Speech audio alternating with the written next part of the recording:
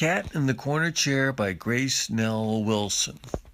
The girl sat crying in the same corner chair Amanda would sit, while she held Comet. Philip let her cry by herself for a few moments until he could stand it no more and walked over. "Who told you Comet was gone?"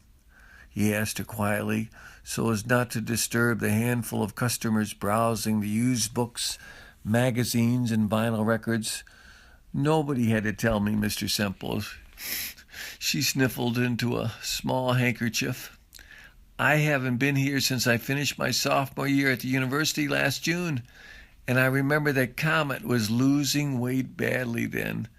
But his coat was still so shiny and soft.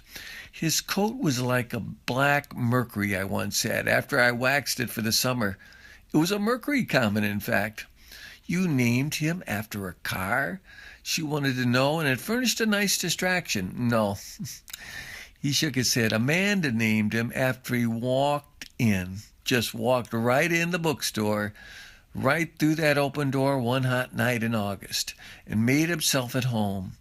It was the night of one of the largest meteor showers ever, and Amanda took a book off the shelf by H.G. Wells, titled The Night of the Comet, and named him right there, right then. Ever read it?" She shook her head. "Wonderful writer, Wells, full of imagination, but he tells the story like a journalist, makes it sound so real." Philip gave her a sideways glance to see if the distraction was still working. It was not. "How do you stand it?" she wanted to know. "Comet not being here with you and following the customers around the store like he was showing them where to find a certain book. Want to know my trick?" She nodded with rapt attention. "My favorite author again. H.G. Wells' hero in The Time Machine asserts that time is only a fourth dimension of space, and he posits that we should be able to move as freely in time as we move about in space." "But that was just a story, Mr. Semple. You don't really believe that, do you?" "I do, and not only that, I have done it." She was looking at him now with a curious sort of youthful pity, as though he were 99 instead of 63.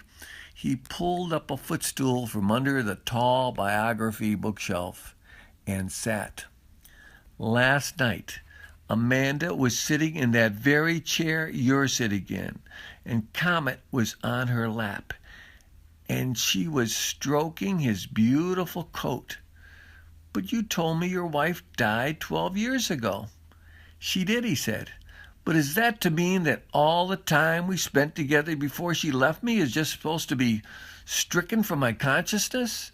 That the compartments with her and with little Comet inside are supposed to be heaved overboard like so much jetsam on a sea voyage?" "I didn't mean to be critical, Mr. Semple. No. You just meant to humor me because I've been on the planet a good time longer than you have, and you think I'm grasping for anything that can help me make it through." "I never said that, sir." "Sir." He chuckled low. "Sometimes I do not know why I spend the time with people who know as little about life as your generation does. You do it because you love people, Mr. Semple." "Well, I guess that's another secret of mine that's gotten out," he laughed. "What did your wife die of?" she inquired out of the deep blue. "You don't want to know, and I don't want to go over it one more time. Suffice it to say that Amanda wasted away like Comet did, until there was nothing left of her." She was watching him now more closely, but he would not give her the satisfaction. "Do you want to know about last night, or don't you?" he asked directly.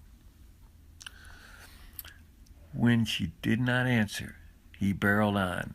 "Last night, Amanda looked like the day I married her.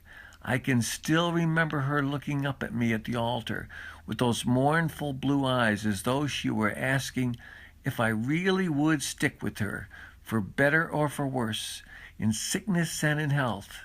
Well, you probably know the words better than I do, even though you've never been married. Or do young folks marry nowadays anyway? But there she was with Comet, resting on her lap, looking like he did, well, the night of the comet, when he first walked in and adopted the two of us. He raised himself from the stool. Now, if you're going to tell me that it never happened like that, then I will kindly ask you never to visit my bookstore again. She lifted herself from the comfortable chair. How do I do it, Mr. Semple? How do I bring back the days when life was simpler and mother loved father and my older brother thought I was his cute, headstrong little sister he was sworn to protect like the knights of old did with their damsels fair? How do I do it? Too early for that session, young lady. I'm going to start you on something simpler. Her brow furrowed as though she were 15 years older than she was. Tonight, when you go off to bed, I want you to thank God. You do believe in God, don't you? He interrupted his own train of thought. Most of the time I do. Good enough. Well, tonight you lie on your back and prop up your pillow and look out the window and thank God and all the saints in heaven that you are in your own bed and not in a hospital bed.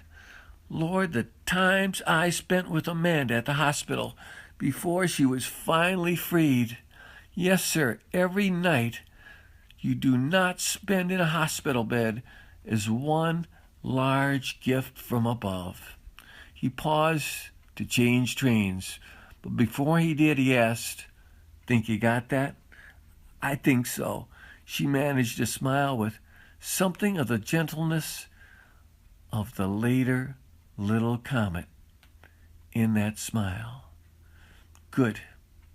Now, I've got a book I set aside for you way back last July. I'll go get it. She was the last to leave the store. As he deadbolted it from the inside, he turned and faced the overflowing bookshelves. There was a time he was remembering before Amanda got sick.